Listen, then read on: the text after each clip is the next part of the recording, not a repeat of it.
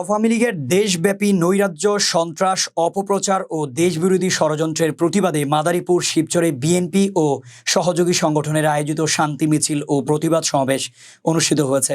আজ দুপুরে শান্তি মিছিলটি পাচ্চর মোড় থেকে শুরু হয়ে শহরের প্রধান প্রধান সড়ক প্রদক্ষিণ করে বিএনপি দলীয় কার্যালয়ে এসে শেষ হয়। পরে অনুষ্ঠিত হয় সমাবেশ। মাদারীপুর শিবচর প্রতিনিধি জানান, সমাবেশে প্রধান অতিথি হিসেবে বক্তব্য দেন উপজেলা বিএনপি আহ্বায়ক কামাল জামাল উদ্দিন নুরুদ্দিন মোল্লা। এর আগে বিএনপি আহ্বায়ক কামাল জামাল উদ্দিন নুরুদ্দিন মোল্লা শিবচর উপজেলা আগমন উপলক্ষে সকাল থেকে বিএনপি নেতাকর্মীরা দলীয় কার্যালয়ে আসতে শুরু করে। এই সময় নেতাকর্মীদের মাঝে উৎসবের আমেজ বিরাজ করে। স্বৈরশাসক শেখ হাসিনা সরকারের পতনের পর মাদারীপুর জেলার শিবচর উপজেলায় এক শ্রেণীর দুর্বৃত্ত ছাত্র জনতার গৌরবময় অর্জনকে ধ্বংস করার জন্য ভাঙচুর ও নৈরাজ্য সৃষ্টি করছে। এই গোষ্ঠী দেশকে অস্থিতিশীল করার জন্য বিভিন্ন অপচেষ্টা করে যাচ্ছে। পতনের পর আওয়ামী লীগ দিশেহারা হয়ে এখন নতুন নতুন ষড়যন্ত্র শুরু করেছে। এসব হীন চক্রান্তে লিপ্ত থাকায় ঘটনায় তীব্র নিন্দা ও প্রতিবাদ জানিয়েছেন শিবচর উপজেলা বিএনপির আহ্বায়ক কামাল জামাল উদ্দিন নুরুদ্দিন মোল্লা। তিনি বলেছেন, সাহসী ছাত্র জনতার ঐক্যবদ্ধ আন্দোলনে গণতন্ত্র হত্যাকারী শেখ হাসিনার পতন হয়েছে। তিনি দেশ ছেড়ে পালিয়ে গেছেন। দেশ আরেকটি বিজয় দেখল, কিন্তু এই বিজয়কে ম্লান করতে ষড়যন্ত্র শুরু হয়ে গেছে।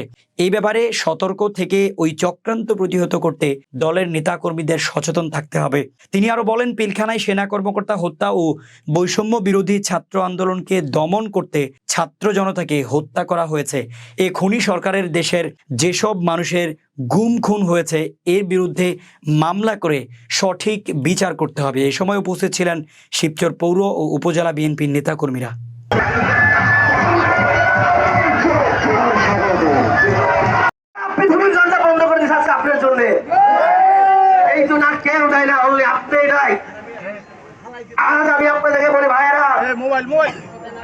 আপনারা সকলে এই সরকারকে সাহায্য করবেন। বর্তমান তত্ত্বাবধায়ক সরকার জনগণের সরকার, অন্তর্বর্তীকালীন সরকার, তারা আসছে আমাদেরকে সুন্দর একটি উপহার, নির্বাচন উপহার দেওয়ার জন্য। তারা আসছে চোর দেশে শাসিত করার জন্য। তাদেরকে আমাদের সহায়তা করতে হবে।